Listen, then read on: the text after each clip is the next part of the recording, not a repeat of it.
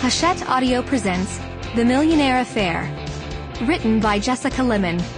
Read by Kevin Stillwell.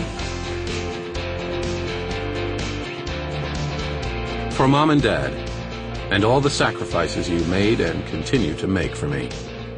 Love you guys. Prologue.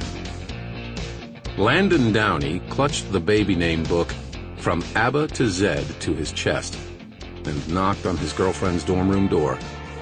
While he was certain he didn't want to name their child Abba or Zed, he was also certain he couldn't show up empty-handed, not after the ugly way they'd parted last week. He should have shown up with something nicer than a book with a bent corner and a bouquet of half-dead flowers, but the 24-hour convenience store on campus hadn't offered many options. He'd been an asshole. Rachel had come to him in full-on panic mode. Rightly so, considering the stick with 2 blue lines she'd carried in her hand. Landon had been severely hungover, courtesy of a late party at Cliff's house. At the moment she had burst into his apartment sobbing, he'd had 2 things on his mind. Where is the Tylenol? And I'm running late. Finals week had started with a bang. While he'd hustled around the house looking for his books and swallowing a couple of pain relievers, Rachel had followed, irate by this bit of inconvenient news, angry because birth control was supposed to work, damn it, and generally pitching a fit about how she had neither the time nor the patience to deal with a baby. I won't sacrifice my law career for a child I didn't plan to have, she'd said.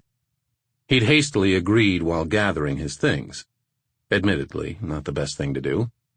But he simply couldn't focus on the huge, life-changing news she'd laid at his feet, especially when he was running on only 3 hours of sweaty, post-drunken sleep, and before he'd had a single drop of coffee. Hindsight being what it was, he now knew what he should have done. He should have ditched class entirely. He should have stopped rushing and given Rachel his full attention. He should have reminded her they loved each other, and they could work out whatever sharp curve life had thrown their way. But he hadn't done either of those things. Instead, he'd agreed with her that yes, the timing was bad, and yes, the birth control should have worked, and then he'd told her he'd see her after class. But he hadn't seen her that night, or the next. She'd managed to avoid him the entire week. He knocked again.